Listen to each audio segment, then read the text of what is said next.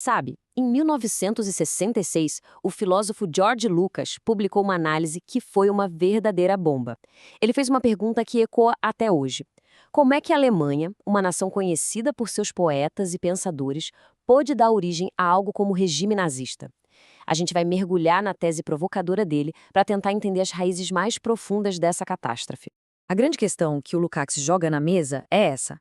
O período nazista foi só um episódio infeliz na história alemã? Sabe, um tipo de acidente horrível, um ponto fora da curva, mas isolado? Ou será que o buraco era bem mais embaixo? Basicamente, existem duas formas de enxergar a coisa. De um lado, a ideia de que foi um episódio, um desvio trágico no mestrado aqui, no geral, era normal. Do outro lado, a visão de que foi uma consequência, o resultado terrível, mas lógico, de uma longa e estranha história alemã. E para o Lukács, a resposta era claríssima. Então, nesta análise, a gente vai seguir o raciocínio do Lukács passo a passo. Primeiro, vamos ver a resposta dele para essa pergunta: episódio ou consequência? Depois a gente mergulha na filosofia do irracionalismo, entende por que o caminho da Alemanha foi tão diferente, fala de uma tal estratégia da insensatez e, por fim, por que é que ele achava que o passado ainda estava muito mal resolvido. Bom, começando pelo começo. Para o Lucas, não tinha nem debate. Ele simplesmente rejeitava com toda a força essa teoria do episódio infeliz. Para ele, a era Hitler foi a culminação, sabe, a consequência mais extrema de um caminho histórico muito particular da Alemanha, um caminho com raízes profundas e, claro, muito perigosas. E o primeiro pilar do argumento de Lukács é, no mínimo, surpreendente: a filosofia. Isso mesmo. Ele dizia que, muito antes de Hitler, algumas correntes filosóficas na Alemanha, que a gente pode chamar de irracionalismo, foram criando um clima cultural que era hostil à razão. Basicamente, estavam preparando o terreno para o que viria depois. E essa frase do Lukács resume tudo de forma perfeita. Não há visão de mundo inocente. O que ele quer dizer com isso é que as ideias nunca são só ideias. Elas não são abstrações inofensivas. Elas sempre, sempre têm consequências no mundo real, influenciando o jeito que as pessoas agem e que as sociedades se organizam. E ele tinha um alvo muito claro em mente: Friedrich Nietzsche.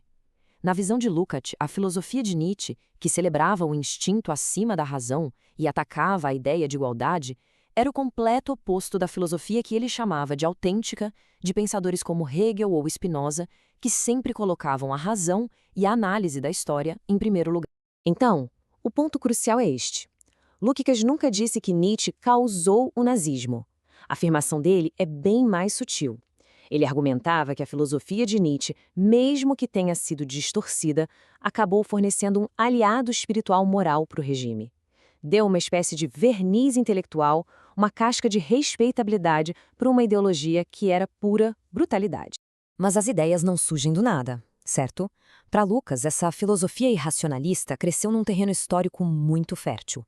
Ele viu o desenvolvimento da Alemanha como algo fundamentalmente diferente de outras nações do Ocidente, um caminho que ele chamava de anômalo. Esse caminho especial, ou Sonderweg em alemão, foi marcado por momentos decisivos. A coisa toda começou lá no século XVI, quando as guerras camponesas foram esmagadas. Isso impediu uma unificação popular e manteve o poder todo fragmentado.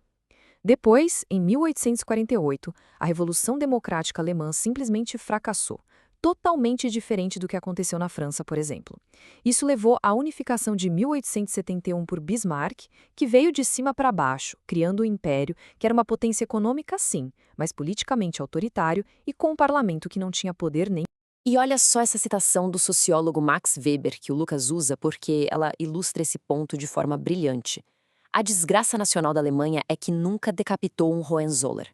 Os Hohenzoller eram a dinastia que mandava na Prússia.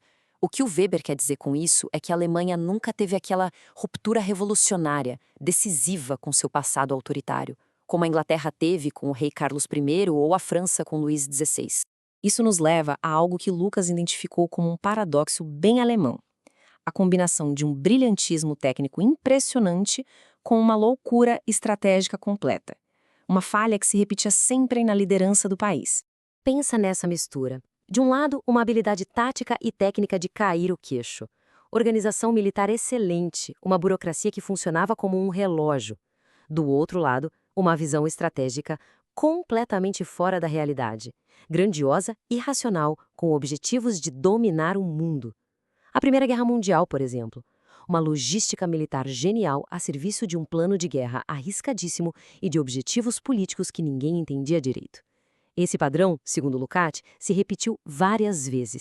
E onde foi que esse padrão atingiu seu ponto mais alto e mais horrível? Exato, no regime nazista. Foi ali que uma precisão tática imensa foi colocada a serviço de uma estratégia que Lucas chama de irracionalidade consumada. É a eficiência da máquina de guerra e do genocídio a serviço de uma visão de mundo completamente demente. E toda essa longa viagem pela história nos traz de volta para o presente do Lucas, lá em 1966. Ele olhava para a Alemanha Ocidental da sua época e via uma nação que, na opinião dele, ainda não tinha acertado as contas de verdade com esse passado sombrio.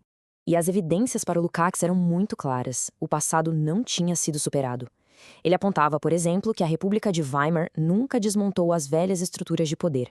E essa continuidade era assustadora. Até conspiradores anti-Hitler queriam manter os territórios que o regime conquistou, criminosos nazistas recebiam sentenças muito brandas e ex-oficiais nazistas ocupavam cargos importantes no novo governo.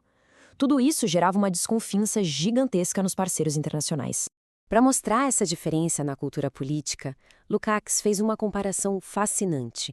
No Reino Unido, um ministro chamado John Profumo mentiu publicamente e, fim de carreira. Ele desapareceu irremediavelmente nos destroços. Já na Alemanha Ocidental, um político poderoso, Franz Josef Strauss, se envolveu num escândalo parecido e continuou lá, como se nada tivesse acontecido. Ainda um líder partidário influente. Para Lukács, isso mostrava uma falha gravíssima na hora de cobrar responsabilidades. Isso tudo nos traz de volta à tese central. Para o Lukács, o problema fundamental era este: tratar o nazismo como um episódio isolado, um acidente, impede um acerto de contas real com todo o caminho histórico que tornou aquilo possível. É uma forma de negação que impede a superação de verdade. Então fica a pergunta no ar, né? Como uma nação consegue de fato superar um passado como esse? Se o diagnóstico do Lukács estiver certo, qual é a solução? A resposta de Lucas não estava na política oficial da época, de jeito nenhum. Para ele, a responsabilidade estava nas mãos de escritores, artistas e intelectuais. Eram eles que tinham o dever de forçar um confronto honesto, sem medo com a história. Ele até citava autores como Heinz Boel e Peter Weiss como exemplo de pessoas que estavam assumindo essa tarefa tão difícil. E a conclusão do Lukács é de que um acerto de contas genuíno só é possível quando se percebe que as alternativas da Revolução de 1848 foram respondidas do jeito errado. É um retorno àquele momento crucial. A análise dele sugere que, para curar o presente, uma nação precisa primeiro entender onde, lá no seu passado distante, o caminho errado foi tomado.